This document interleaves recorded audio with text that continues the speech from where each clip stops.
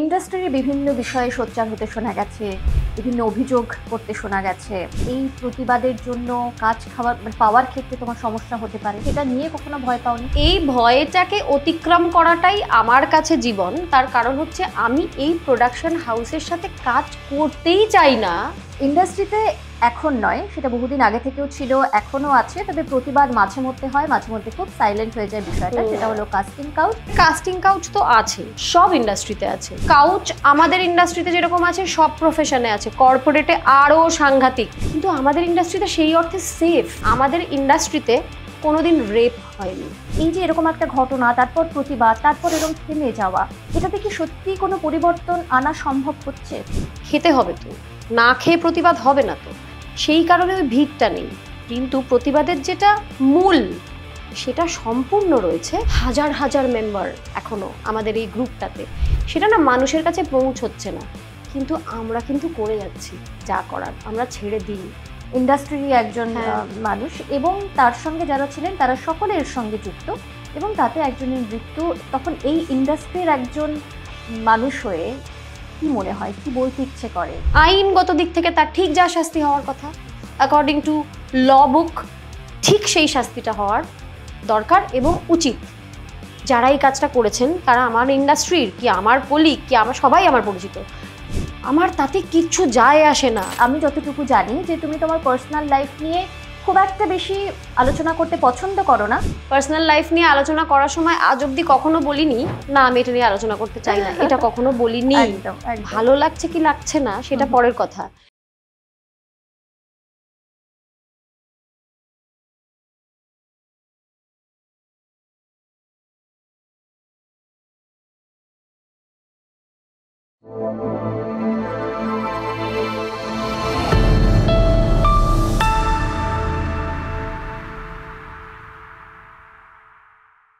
আচ্ছা, নানান সময়ে তোমাকে বিভিন্ন বিষয়, ইন্ডাস্ট্রির বিভিন্ন বিষয়ে সোচ্চার হতে শোনা গেছে, বিভিন্ন অভিযোগ করতে শোনা গেছে, বা যেগুলো তুমি হয়তো বুঝতে পেরেছো কাজ করতে গিয়ে যে এগুলো উচিত হচ্ছে না, এগুলো ঠিক হয়নি, সেগুলো নিয়ে প্রতিবাদ করতে শোনা গেছে। কখনো তোমার ভয় হয়নি যে এই প্রতিবাদের জন্য ভবিষ্যতে তুমি ভালো কাজ নাও পেতে পারো, কাজ পাওয়ার ক্ষেত্রে তোমার সমস্যা হতে পারে? সেটা কখনো সেটা নিয়ে কখনো ভয় পাওনি? ভয় তো পাবই, ভয় তো পেয়েছি। তার কারণ হচ্ছে যে প্রোডাকশন হাউসে কাজ করাকালীন আমি কোনো একটা গন্ডগোল নিয়ে প্রতিবাদ করছি বা সোচ্চার হচ্ছি, সেই প্রোডাকশন হাউস নিশ্চিতভাবেই আমাকে আর তারপরে কাজে নেবেন না, কারণ এটাই রীতি রেওয়াজ। আমি এমনটা, এক্সেপশনস কিন্তু সবসময় রয়েছে। Again exception proves the rule, সেই জন্যই তারা এক্সেপশন। আমি তাদের নিয়ে কথা বলছি না, এরকম বহু এক্সেপশন আছে যাদেরকে আমি বলেছি দেখো আজকে লাঞ্চ ব্রেকে জুনিয়র আর্টিস্ট 10 জন কিন্তু খেতে পায়নি, তারা বিস্কিট খেয়ে আছে, তো আমরা শুটিংটাকে শুরু করব না। তারা বলেছে যে এক্ষুনি তাদের জন্য খাবার পাঠাচ্ছি, তারপর শুট শুরু হবে, এরকমও আছে। কিন্তু সেটা এত সংখ্যালঘু যে সেটা না ধরাই ভালো। কিন্তু এরকম হয়েছে যে আমি লাঞ্চ ব্রেকে শুট আটকে দিয়েছি, কারণ গরমকালে দেখছি 50-60 জন জুনিয়র আর্টিস্ট, তারা পুরো মেকআপ রুমের বাইরে লাইন দিয়ে দাঁড়িয়ে হাতে এরকম করে থালা নিয়ে রোদ্দুর মাথায় নিয়ে খাচ্ছেন। তো আমি যতক্ষণ না তাদের একটা মেকআপ রুমের ব্যবস্থা হয়েছে তত বসে তারা অন্তত একটা পাখা পাবেন, এসিটা পাবেন না, আমি জানি পাবেন না, একটা পাখা অন্তত যতক্ষণ না পাবেন, একটা টেবিল চেয়ারে বসে খাবেন, ততক্ষণ শুটিং আটকে রেখেছি। এটা হয়েছে। পরবর্তীকালে সেই প্রোডাকশন হাউস আমাকে আর ডাকেনি, এটাও হয়েছে। কিন্তু ফলে আমার এটা করার সময় প্রত্যেকবারই মনে হয় যে আচ্ছা এর সাথে এবার সম্পর্ক নষ্ট হলো, এরা আর আমাকে কাজে ডাকবে না। কিন্তু এই ভয়টাকে অতিক্রম করাটাই আমার কাছে জীবন। তার কারণ হচ্ছে আমি এই প্রোডাকশন হাউসের সাথে কাজ করতেই চাই না, যে জুনিয়র আর্টিস্টকে দাঁড় করিয়ে রেখে দেবে 50-60 জনকে রোদ্দুর মাথায় নিয়ে, এরকম করে। আমাদের সময় এটা হতো না। আমাদের সময় জুনিয়র আর্টিস্ট শব্দটাতেই আমার প্রথমত হয়তো বোঝানোর জন্য মানে জুনিয়র আর্টিস্টদের মধ্যে এরকম বহু মানুষ আমাদের সাথে কাজ করেন পার্টিতে, একজন বয়স্ক ভদ্রমহিলা বা ভদ্রলোক আমার থেকে অনেক বেশি অভিজ্ঞ, তারা 50 বছর ধরে জুনিয়র আর্টিস্টের কাজ করছেন, তারা অনেক সিনিয়র আমার থেকে, তারা এমন কিছু রিয়াকশন দিয়ে বেরিয়ে চলে যান যেটা দেখে হয়তো আমায় শিখতে হবে। আর সব থেকে বড় কথা হচ্ছে ওদেরকে ছাড়া কি হবে শ্যুটটা? হবে না তো। যখন আমার একটা ক্রাউড দরকার তখন ক্রাউডটা দরকার, ক্রাউডটা ছাড়া তো শ্যুটটা হবে না। ফলে সবাই সমান জরুরি শ্যুটে, কাজে এইভাবে ট্রিট করতে পারি না আমি কাউকে। মানুষকে মানুষ তো, ফলে আমার ওই ভয়টা যখনই হয় তখনই আমার মনে হয় আমি যাকে নিয়ে ভয় পাচ্ছি আমি কি তার সাথে কাজ করতে চাই? আমি তো চাই না, তাহলে ভয় পাওয়ার দরকার নেই। আর ওইটা আহ, ক্ষণস্থায়ী, সবই তো ক্ষণস্থায়ী, সবই ট্রানজিয়েন্ট। এটা পেরিয়ে যাবে, আবার অন্য একজনের সাথে কাজ করবে, এবং তাই হয় বাস্তবে। আমরা ওই একদম বর্তমানটা তো সরতে সরতে সরতে সরতে যায়, বর্তমানটা তো আর ক্ষণস্থায়ী নয় কখনোই। ঠিক। ফলে ওটা ঠিক আছে, ম্যানেজেবল। আচ্ছা, ইন্ডাস্ট্রিতে এখন নয়, সেটা বহুদিন আগে থেকেও ছিল, এখনো আছে, তবে প্রতিবাদ মাঝে মধ্যে হয়, মাঝে মধ্যে খুব সাইলেন্ট হয়ে যায় বিষয়টা, সেটা হলো কাস্টিং কাউচ এবং যে কোনো কাজের ক্ষেত্রে কম্প্রোমাইজ করা, এই শব্দটা কোট আনকোট খুব উঠে আসে। এই পুরো বিষয়টা নিয়ে তোমার কি টেক, কি বলবে? কাস্টিং কাউচ আর কম্প্রোমাইজ একই ব্যাপার। একই ব্যাপার। মানে কাস্টিং কাউচে নতি স্বীকার করাটাই কম্প্রোমাইজ Exactly. আর কি। এবারে কাস্টিং কাউচ তো আছে, সব ইন্ডাস্ট্রিতে আছে, বাংলা, হিন্দি, তেলেগু, তামিল, হলিউড, সারা পৃথিবীতে কাস্টিং কাউচ আছে। আমরা যদি বড় বড় অভিনেতা অভিনেত্রী ওয়ার্ল্ড সিনেমার তাদের জীবনযাপন, তাদের বায়োগ্রাফি, অটোবায়োগ্রাফি পড়ি, আমি পড়েছি বহু জনের, প্রত্যেকের মেল ফিমেল দু ক্ষেত্রেই আছে। আমরা বহু জনের অটোবায়োগ্রাফিতে ঘটনা আলাদা আলাদা করে দেখবো যে কিভাবে কিভাবে তাদের কাউচ ফেস করতে হয়েছে। কেউ সাবমিট করেছেন, কেউ সাবমিট করেননি, আছে নিয়ে কোনো দ্বিমত নেই। এবারে আমি এই বিষয়টাকে এইভাবে দেখি যে কাস্টিং কাউচ আমাদের ইন্ডাস্ট্রিতে যেরকম আছে সব প্রফেশনে আছে, কর্পোরেটে আরো সাংঘাতিক। হ্যাঁ, কিন্তু আমাদের ইন্ডাস্ট্রিতে সেই অর্থে সেফ, কারণ আমাদের ইন্ডাস্ট্রিতে কোনোদিন রেপ হয়নি, কোনোদিন জবরদস্তি হয় না কারোর সাথে, যেটা কিন্তু অন্য ফিল্ডে হয়। কর্পোরেটে তুমি either you submit or you are sacked, কিন্তু আমাদের ইন্ডাস্ট্রিতে না ওটা নয়। মানে একটা বস নয় তো, অনেকগুলো প্রোডাকশন হাউস, তো আমি একটা কাস্টিং কাউচে সাবমিট করলাম না, সেই হাউসটা হয়তো আমাকে ব্ল্যাকলিস্ট করলো, কিন্তু আমার তো আরো 50টা হাউস আছে, ফলে সহজ। এবং কেউ কিন্তু একবার অ্যাপ্রোচ করার পরে দ্বিতীয়বার বলবে না, কেননা আমার পেছনে 50 জন আছে হ্যাঁ বলার জন্য। ফলে আমি বলবো সেই দিক থেকে সেফ। কাউচে আমাদের অসুবিধাটা কি হয়, যারা কাস্টিং কাউচের সাথে তাল মিলিয়ে কাজ করতে কমফোর্টেবল নয়, ধরো আমি নই কমফোর্টেবল, সেক্ষেত্রে বঞ্চিত হতে হয় অনেক সময়। যে যখন কাউচটাই বেশি প্রাধান্য পেয়ে যায় আর কি, তখন তো কাউচে যারা সাবমিট করবে সে যদি আমার থেকে কম যোগ্য হয় কাজটার জন্য, তাহলে সেই কাজটা পাবে। এটা ঘটে, এটা কমন। তখন ওটা একটুখানি মুশকিল হয়ে যায় তাল মিলিয়ে চলাটা। কিন্তু কাস্টিং কাউচের সাথে তাল না মিলিয়েও তো 27 বছর কাটিয়ে দিলাম, এবং আমি বেশ খুশি যেভাবে চলছে এখন, তাতে আমি বেশ খুশি। কাজে ঠিক আছে, সব তো সবাই পায় না, ঠিক আছে। কিন্তু যারা সাবমিট করেন কাস্টিং কাউচে, আমার কিন্তু একেবারেই কোনো অভিযোগ নেই তাদের বিরুদ্ধে, কেননা এটা না মিউচুয়াল। যাদের কাউচ আর যারা কাউচে বসছেন, এটা মিউচুয়াল, কাউকে জোর করা হচ্ছে না।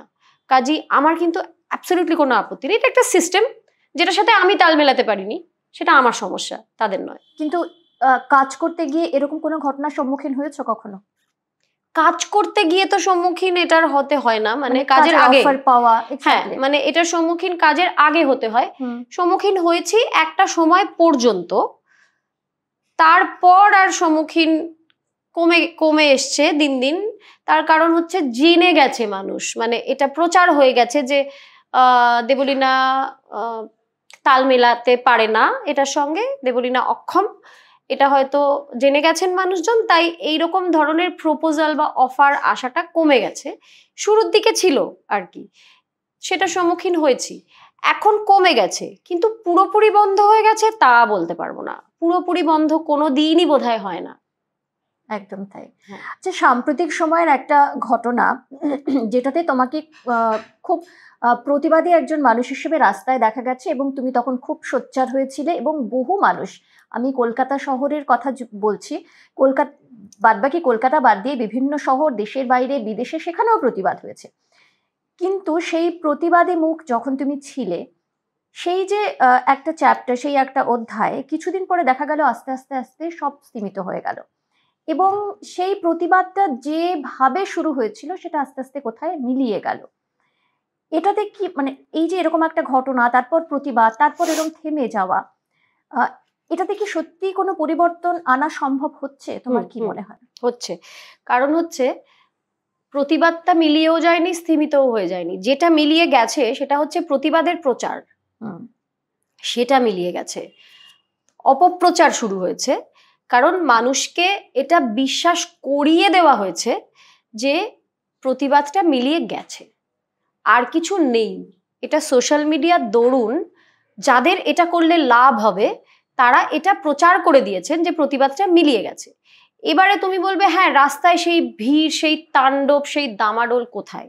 সেটা নেই। তার কারণ হচ্ছে যে মানুষ সবকিছু ছেড়ে দিয়ে, নিজের কাজ বন্ধ করে দিয়ে, উপার্জন বন্ধ করে দিয়ে রাস্তায় নেমে পড়ে থাকবেন কতদিন?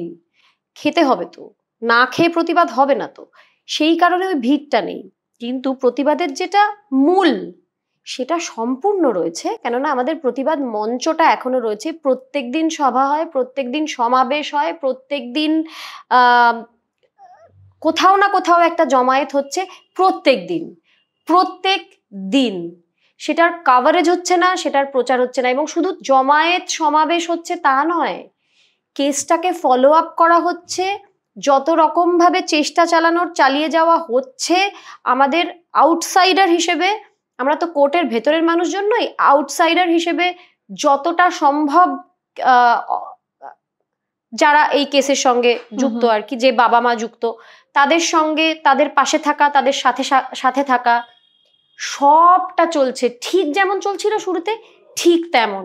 কেননা আমি যেহেতু এই প্রতিবাদ মঞ্চের একটি অংশ এখনো, সেহেতু আমি জানি হাজার হাজার মেম্বার এখনো আমাদের এই গ্রুপটাতে।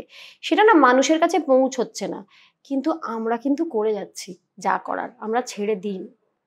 একদম, এটা একটা খুব পজিটিভ নোট বা পজিটিভ টোন, যে আমরা হয়তো দেখতে পাচ্ছি না সাধারণ মানুষ হিসেবে যে প্রতিবাদটা রয়েছে, কিন্তু প্রতিবাদটা রয়েছে এবং সেটা আগামী দিনেও ফল চলবে। কি হবে সেটা ভেবে, মানে এটা শুনেও আবার বহু মানুষ লিখবেন লাভ কি হচ্ছে, আপনারা কি করে কর্ম করে যাও, ফলের আশা করো না। কি হবে এটা ভেবে আমরা বন্ধ করে দিলাম প্রতিবাদ মঞ্চটা। তাহলে কি কিছু হলো? হলো না তো।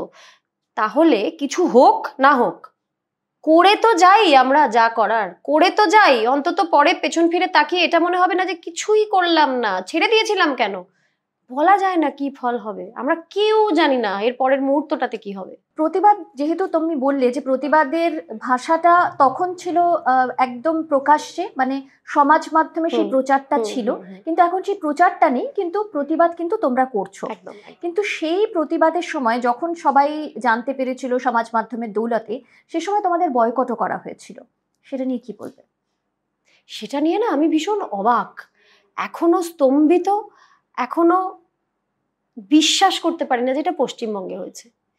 শিল্পীর শিল্পকে আটকে দেওয়া হয়েছে, কারণ শিল্পী একটি খুনের শাস্তি চেয়েছে। কি চেয়েছি আমরা? শাস্তি চেয়েছি। যারা খুনি তাদের শাস্তি চেয়েছি, কারণ যে একজন এখনো হাজতে, সে যে খুনি নয় সেটা আমরা, যে কজন আইনজীবী রয়েছেন, যে কজন ফরেন্সিক এক্সপার্ট রয়েছেন, সবার কাছ থেকে জেনে এই কথাটা বলছি। আমরা নিজেরা বানিয়ে বানিয়ে এটা বলছি না। ফলে আমরা এইটুকুই চেয়েছি। তার জন্য এমনভাবে অগস্ট থেকে জানুয়ারি অবধি আমি একটাও কাজ করিনি, কারণ আমার প্রত্যেকটা অ্যাসাইনমেন্ট ক্যান্সেল হয়ে গেছিল। শুধু তাই নয়, এই সময়টা আমাদের উপার্জনের সময় শো করে, প্রত্যেকটা শো পুরো পশ্চিমবঙ্গ ব্যাপী যতগুলো শো ছিল সবকটা ক্যান্সেল করা হয়েছিল। যে কারণে খুব স্বাভাবিকভাবেই আর্থিক দিক থেকে একটা প্রচন্ড মুশকিলে পড়ে গিয়েছিলাম আমরা। কেননা লোকে ভাবেন যে আমাদের প্রফেশনে আমরা সবাই টাটা বিড়লা, ঠিক তার উল্টো। কারণ আমাদের কোনো ফিক্সড ইনকাম মান্থলি ওটা নেই। যে মাসে আমরা অনেক কাজ করি সেই মাসে উপার্জন, যে মাসে কোনো কাজই করলাম না সেই মাসে উপার্জন নেই। তখন যেটা উপার্জন করেছিলাম সেটা ভাঙিয়ে আমাদের সংসারটা চালাতে হয়। ফলে এরকমই আমাদের জীবনটা। তো সেই সময় ওই 6 মাসটা না অনেককে বেরিয়ে যেতে হয়েছে, আমাদের ইন্ডাস্ট্রির অনেককে একদম আন্দোলন ছেড়ে বেরিয়ে যেতে হয়েছে।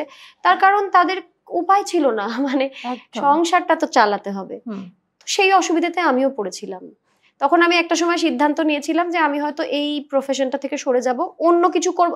দুটো উপায় তখন, একটা হচ্ছে আপোষ করে নেওয়া, আপোষ করে নিয়ে এই প্রফেশনেই থেকে যাওয়া, আর একটা হচ্ছে আপোষ না করে অন্য কোনো পথে উপার্জন করা। তো আমার মনে হয়েছিল যে আমি অভিনয় আমাকে আটকে দেওয়া হচ্ছে বা শোতে আটকে দেওয়া হচ্ছে, সেই জন্য যদি আমি সরে যাই তার মানে আমার দুটো হাত আছে, দুটো পা আছে, একটা মস্তিষ্ক আছে, দুটো চোখ আছে, আমি আর কোনোভাবে উপার্জন করতে পারবো না। মানে এতটাই অকর্মণ্য আমি, সেটা তো নই, আমি অন্য কোনোভাবে উপার্জন করব, কিন্তু এইটার সাথে আপোষ করতে পারবো না। আমি যেটা চাইছি ওটা আমাকে চেয়ে যেতে হবে, কারণ না হলে আমি ঘুমোতে পারবো না রাতে, আমার কি লাভ অভিনয় করে। সেই জন্য আমি তখন সেইটা ভাবছিলাম, ভেবে আমি অনেক রকম নানা রকম ব্যবস্থা করেছিলাম আর কি, যেটা করে আমি চালিয়ে নিতে পারবো। এখন আবার কাজ করছি ঘটনাচক্রে। একদম। আরেকটা বিষয় যেটা জানতে চাইবো দেবলীনা, যে কিছুদিন আগে একটি গাড়ি দুর্ঘটনা, এবং সেই গাড়িটি চালাচ্ছিলেন একজন ইন্ডাস্ট্রির একজন মানুষ, এবং তার সঙ্গে যারা ছিলেন তারা সকলে এর সঙ্গে যুক্ত, এবং তাতে একজনের মৃত্যু, একটি পরিবারের মানে একদম চলে যাওয়া, একজন পরিবারের যদি কোনো একজন আর্নিং মেম্বার, পরিবারের খুব একজন যদি মস্তিষ্ক চলে যায়, তাহলে কিন্তু সেই পরিবারটাও চলে যাওয়ার মতন অবস্থায় পৌঁছয়। এরকম একটা ঘটনা যেটা নাড়িয়ে দিয়েছিল সকলকে, কিন্তু অনেক অভিযোগ উঠেছে, কেন, কিসের জন্য, কি শাস্তি হচ্ছে, কি শাস্তি হয়েছে বা কি শাস্তি হবে, সেটা নিয়েও অনেকের অনেক প্রশ্ন।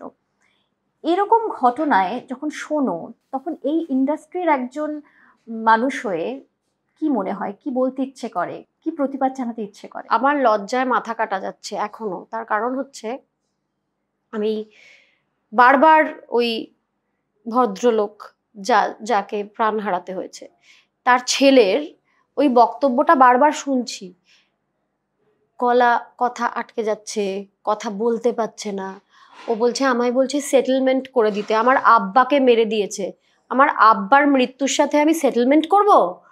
এই ছেলেটি বলছে, ওর চোখে এক ফোঁটা জল নেই, কিন্তু ও শব্দ হারিয়ে ফেলছে, ওটা তো ভুলতে পারছি না আমি। এবারে আমার কথা হচ্ছে যে আইনগত দিক থেকে ড্রিঙ্ক অ্যান্ড ড্রাইভ করতে করতে যদি একজন মানুষকে চাপা দিয়ে দেওয়া হয় এবং তার মৃত্যু ঘটে, আইনগত দিক থেকে তার ঠিক যা শাস্তি হওয়ার কথা, অ্যাকর্ডিং টু ল বুক, ঠিক সেই শাস্তিটা হওয়ার দরকার এবং উচিত। যারা এই কাজটা করেছেন তারা আমার ইন্ডাস্ট্রির কি আমার কলিগ কি আমার সবাই আমার পরিচিত, আমার তাতে কিচ্ছু যায় আসে না। যে শাস্তিটা হওয়ার কথা সেই শাস্তিটাই হওয়া দরকার। মৃত্যু হয়েছে একজন বয়স্ক, আমাদের প্রায় বোধহয় সব বাঙালি বাড়িতেই ওই বাজার করার দায়িত্বটা বয়স্ক মানুষদের থাকে। আমার মাও আমি ইমোশনাল হয়ে যাচ্ছি বলতে গিয়ে, আমার মাও যান মাঝে মধ্যেই বাজার করতে। আমি বলছি পরিবারটা তো শেষ হয়ে গেল, ওনার এটাই জোর দোষ ছিল যে উনি সকালবেলা বাজার করতে গিয়েছিলেন। আকণ্ঠ মদ্যপান করে গাড়ি চালানোর দরকার নেই তো। সেন্টার থেকে আমি বহু সিনিয়রকে দেখেছি যারা মাঝে মধ্যে পার্টিতে অল্প বিস্তর মদ্যপান করেন, একদম গাড়ি চালাতে পারার মতো অবস্থায়, তৎসত্ত্বেও তারা ড্রাইভার ডেকে নেন সেন্টার থেকে। সেদিন এই বেসিক রুলটা তারা এই জন্য ফলো করেন কারণ তাদের নিজেরও মৃত্যু ঘটতে পারে, তো অ্যাক্সিডেন্টটা হলে তো এবারে নিজের জীবন নিয়েও কোনো তোয়াক্কা নেবে, অন্যের জীবন নিয়ে তো এত বেপরোয়া, এত তোয়াক্কাহীন জীবনযাপন, এটার শাস্তি নিশ্চিতভাবে দরকার। এবং আমার এখন যেগুলো কানে আসছে যে এই কি ইনফ্লুয়েন্সিয়াল, তাই জন্য শাস্তি হবে না, বেল পেয়ে গেছে, পুলিশ তাদেরকে বসে চা খাইয়েছে, মানে ছি, এটা কি? একটা পরিবার ধ্বংস হয়ে গেল, একজন মানুষকে প্রাণ দিয়ে দিতে হলো, সেইটারও শাস্তি হবে না? আমি তো অপেক্ষায় আছি, ঠিক যে শাস্তিটা হওয়ার কথা সেটা হতে হবে, এটা আমি চাই। একদমই তাই। এবার একটু অন্য প্রসঙ্গে আসি, কারণ দেবলীনার এই 30 বছরের অভিনয় জীবনের বহু কথা রয়েছে, এবং অ্যাট দ্য সেম টাইম যেটা আমি যতটুকু জানি যে তুমি তোমার পার্সোনাল লাইফ নিয়ে খুব একটা বেশি আলোচনা করতে পছন্দ করো না, কিন্তু এমন একটা প্রফেশনে আছো যেখানে প্রফেশনাল লাইফ নিয়ে যতটা আলোচনা হয়, পার্সোনাল লাইফ নিয়ে ঠিক ততটাই আলোচনা হয়, ততটাই আলোচনা হয়। এবং আমি কখনো পার্সোনাল লাইফ নিয়ে আলোচনা করার সময় আজ অব্দি কখনো বলিনি যে না আমি এটা নিয়ে আলোচনা করতে চাই না, এটা কখনো বলিনি। ভালো লাগছে কি লাগছে না সেটা পরের কথা, কিন্তু যেসব আমার দর্শক ছাড়া তো আমার কোনো অস্তিত্বই নেই, যেসব দর্শকরা, অনেক মানুষ জেনুইনলি জানতে চান, শুধু কেচ্ছা করার জন্য নয়, বহু মানুষ আছেন যারা আমাকে পার্সোনালি যে মেসেজগুলো করেন আমি কেঁদে ফেলি মাঝে মাঝে, সে মানে এত ভালোবাসো তোমরা আমাকে, সেই সৌভাগ্যটা কজনের হয়? তো আমি উত্তর দিয়েছি ওই জন্য সবসময়। একদম। তো সেই জায়গা থেকেই জানতে চাইবো যে এক সময়ের খুব ভালো বন্ধু, মানে একদম কাছের বন্ধু এবং ভালোবাসার মানুষ, তার থেকে দূরে চলে যাওয়া। এই যে বললে বছর তিনেক তুমি নিজেকে নিজে বেশি ভালোবাসতে হ্যাঁ। শিখেছো, এই জায়গাটা বছর তিনেক ধরে এসছে, কিন্তু তার আগে যে সম্পর্কে ছিলে, যে একসঙ্গে বন্ধনে ছিলে, সেখান থেকে দূরে চলে যাওয়া, সেটা কি এখনো তোমাকে কষ্ট দেয়? কষ্টটা এখন আর দেয় না, যে মৃত্যু সম কষ্ট হয়েছে একটা সময়, যখন আমার নিজের সাথে পরিচয় তো হয়নি, প্রথমেই তো হয়নি পরিচয়, একটা সময় মৃত্যু সম কষ্ট হয়েছে। তার কারণ আমাদের আমরা একটাই সত্তা হয়ে গিয়েছিলাম আর কি, যেহেতু বেস্ট ফ্রেন্ড, তারপরে সম্পর্ক, তারপরে বিয়ে। আমি বলতাম বন্ধুত্বেরই একটা এক্সটেনশন আমাদের বিয়েটা। এবং ওই যে 7.5 বছর বিয়ের, সেটাকে আমি ট্রেজার করি, সারা জীবন ট্রেজার করব। কেননা আমার জীবনের যে শ্রেষ্ঠ সময়টা আমি এখন কাটাচ্ছি, সেকেন্ড বেস্ট সময় যেটা, সেটা ওই 7.5 বছর। কাজী ওই 7.5 বছরটা আমার কাছে সবসময় আমার কাটানো শ্রেষ্ঠ, যেরকম আমার ক্যারিয়ারের নন্দিনীটা শ্রেষ্ঠ চরিত্র, তো নন্দিনী তো শেষ হলো একটা সময়। নন্দিনী তো সারা জীবন ধরে আমি প্লে করছি না, শেষ হয়েছে। তাই জন্য কি আমি এক আকাশের নিচে সময়টার সম্পর্কে আজে বাজে কথা বলতে শুরু করব না? তো এটাও ঠিক তাই, জীবনের একটা অধ্যায়। তো ওই 7.5 বছরটা আমি যে দুর্দান্ত কাটিয়েছি, তার ভালো স্মৃতিগুলো আমাকে এখন শুধু ভালো লাগাই দেয়। কষ্টটা এখন চলে গেছে, কারণ নিজের সাথে যে পরিচয়টা হয়েছে সেটা মারাত্মক। এবং সেই যে যাপনটা আমি এখন করছি, সেটাও মারাত্মক ভালো লাগার। সেটা উপভোগ না করতে পারলে বোঝানো সম্ভব না, এটা উপভোগ করতে হবে। প্রথম আমি আবিষ্কার করলাম যখন স্কাই ডাইভিং করে আমি ল্যান্ড করলাম, আমার প্রথম জন্মদিন আলাদা হওয়ার পরে। আমরা প্রত্যেক জন্মদিনে বেড়াতে যেতাম কোথাও একটা, আমি নিজেকে নিজে ট্রিট দিয়েছিলাম। আমি স্কাই ডাইভিং আমার বাকেট লিস্টে ছিল, ওটা আমি যখন 13,000 ফিট থেকে ঝাঁপ দিয়ে পাটা মাটিতে রাখলাম, আমি তখন থেকে বুঝতে পারলাম যে এই নিজের সঙ্গে যাপনের মজাটা ঠিক কি। তো সেইটার জন্য ভালো লাগাটা এখন এত অপরিসীম। আমার কিছু বন্ধু আছে, দুজন বন্ধু তো আমার মা, তো আমার পৃথিবী, ছেড়ে দাও। দুজন বন্ধু আছে যারা আমার দুটো পিলার জীবনে। কারা? একজন হচ্ছেন নারায়ণ সিনহা, আর একজন হচ্ছেন সৌম্য ব্যানার্জি। এই দুজন বন্ধু আমার জীবনের পিলার বলতে পারো, কিন্তু এমন পিলার যাদের গায়ে হেলান দিয়ে আমাকে নির্ভর করতে হয় না। আমি না ডিট্যাচমেন্টটা শিখে গেছি, মানে ইমোশনাল ডিপেন্ডেন্স যেটা হয় সেইটা নেই। কারণ এই দুটো পিলার এমন, আমি যদি এরকম হেলান দিয়ে ফেলি না, ওরা আমাকে ঠেলে সরিয়ে দেয়, এই সোজা হয়ে দাঁড়া, হেলান দিবি না একদম। এই রকম বন্ধু এরা আমার, ওরা আমাকে সোজা হয়ে দাঁড়াতে শেখায়। কিন্তু আছে, আমি জানি যে আমি যদি অজ্ঞানটা হয়ে যায় ওরা ধরে ফেলবে আমাকে, আমি জানি, কিন্তু ওরা আমাকে হেলান দিতে দেয় না। ওরা আমাকে সোজা হয়ে দাঁড়াতে শিখিয়েছে, যা তুই পারবি, ডু ইট। ওরা আমাকে জলে ফেলে দিয়ে সাঁতারটা কাটতে বলে আর কি, কিন্তু ওরা দাঁড়িয়ে থাকে, আমাকে ডুবতে দেবে না। তো সেটা আমার পরম সৌভাগ্য, সবাই তো পায় না। কাজী তথাগতর সঙ্গে কাটানোর সময়টা দারুণ। কত মানুষ আছে জানো, ভালোবাসার মানুষকে 7 মিনিটের জন্য পায়নি জীবনে, আমি তো 7.5 বছর পেয়েছি, সেটাই তো ভালো। এই যে তুমি বললে যে সম্পর্কটা